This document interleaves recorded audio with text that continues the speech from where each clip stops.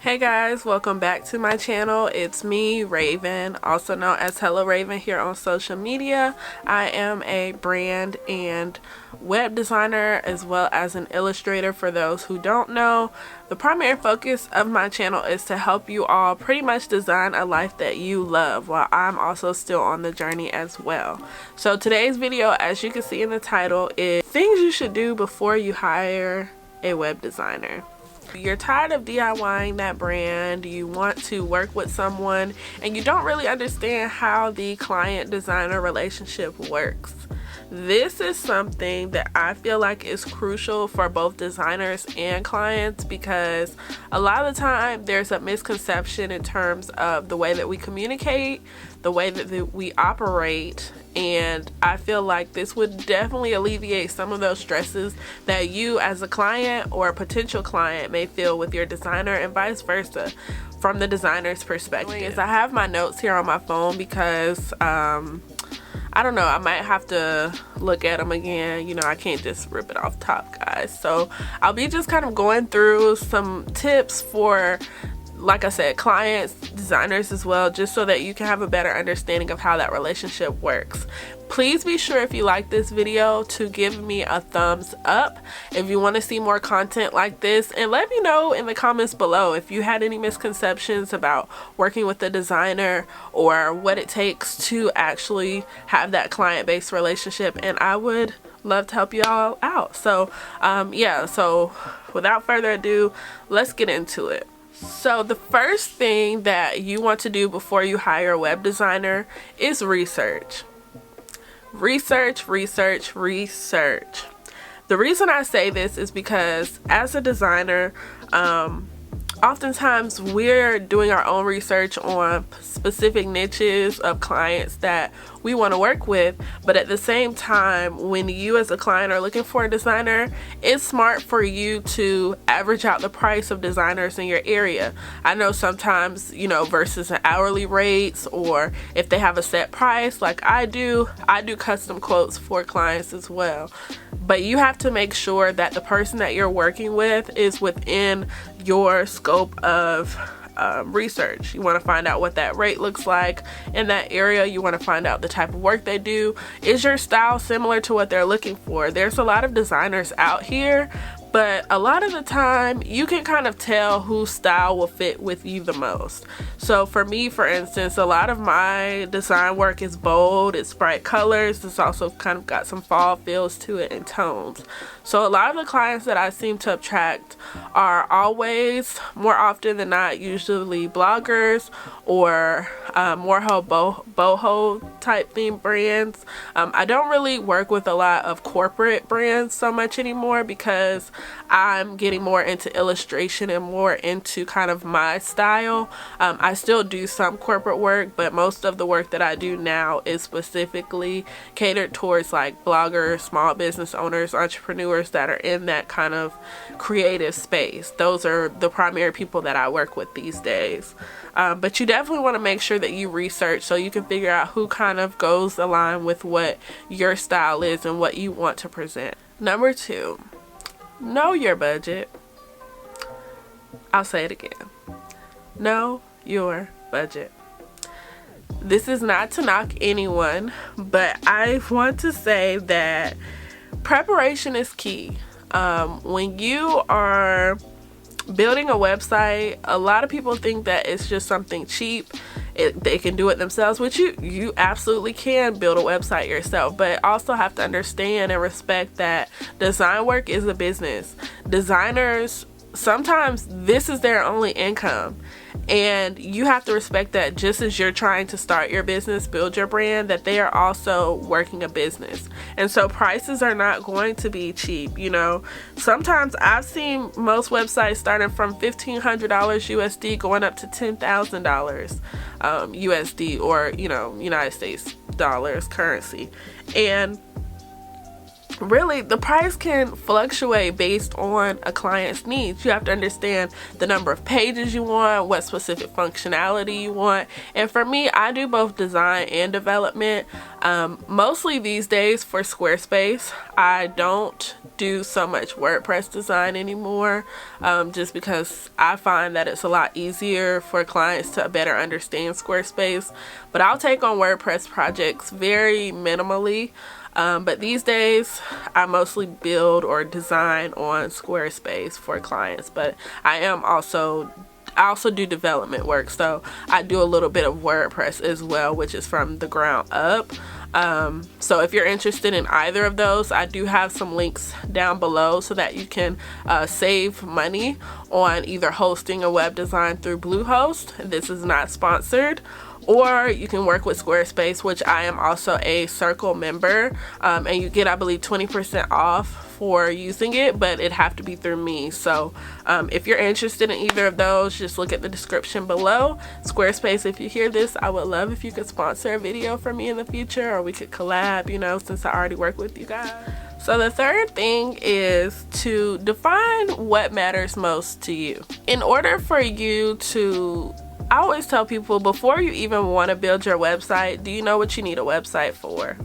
Do you know what kind of clients that you want to work with? Do you know who your audience is? Do you know what your goals and your priorities are with this website? If the answer is no, then maybe you don't need to hire a web designer right now. You need to maybe focus on brand strategy before you try to do the visual aspect, because a lot of times what designers will run into with clients are people who aren't specific in terms of what they want, what their wants and needs are in terms of their website. So a lot of the time you'll have to deal with a lot of revisions, you'll have to deal with a lot of content not being concrete at that moment, and a lot of times delays costing both you money and the designer more time, and essentially that's what you want to avoid. So it's always best to have an idea of what your priorities and what your goals are before you even, you know, decide to move forward with a designer, because you're really essentially honestly wasting both of your time at that point. However, the good news is that I do offer a free brand discovery workbook, so that's in the link below.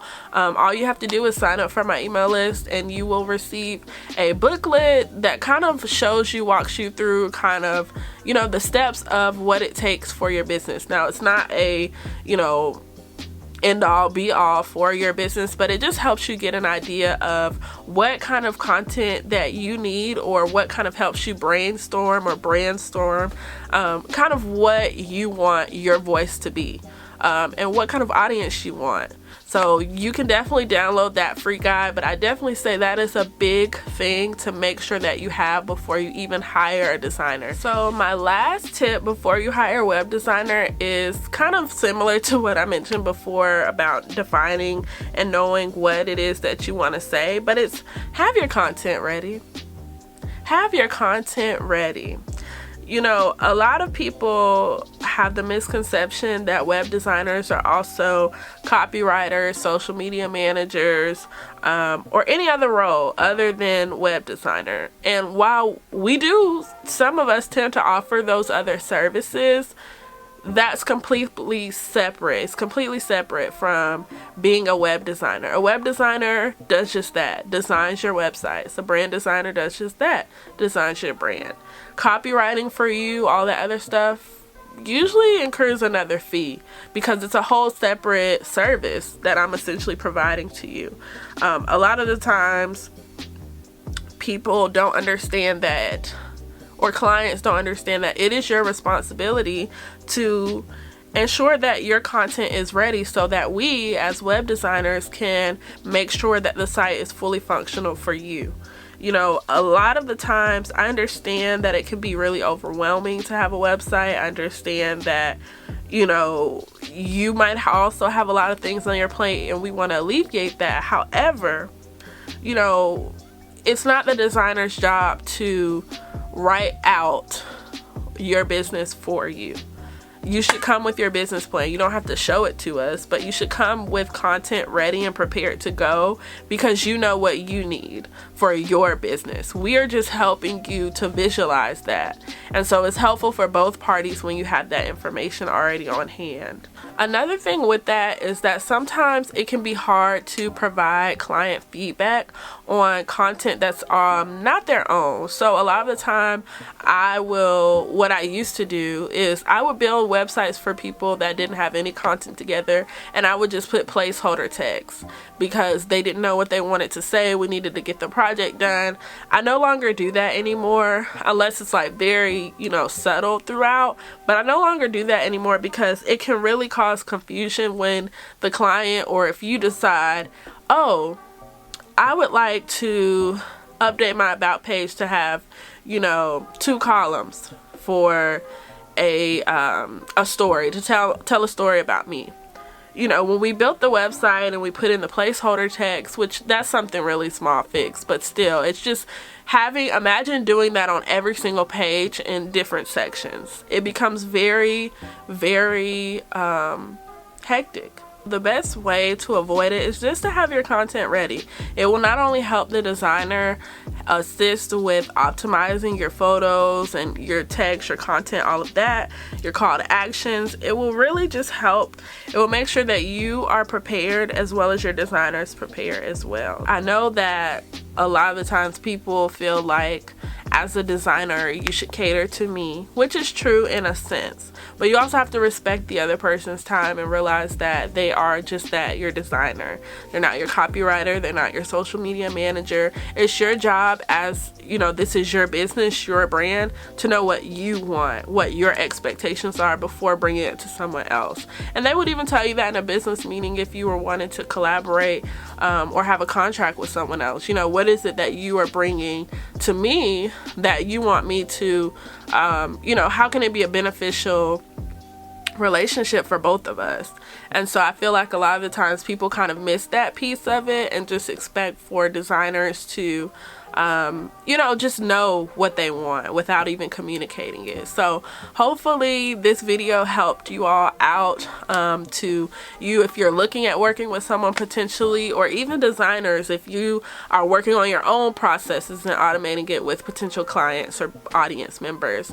And yeah, I hope that you guys liked it. As I mentioned before, if you like content like this, please give this video a thumbs up, because I want to be able to create more design content advice, because I don't really see a lot of specifically Black women here on YouTube that are in the design space, and they specifically cater to giving advice about what it's like owning a business. So if you also know any other people, please link them below, because I definitely would love to connect with other designers here on YouTube that are in the same industry as me. So yeah, thank you guys so much for watching. I really appreciate you guys subscribing, commenting, and really engaging with me. Please continue to give us that energy, and I will see you guys in my next video. Thanks for watching, guys.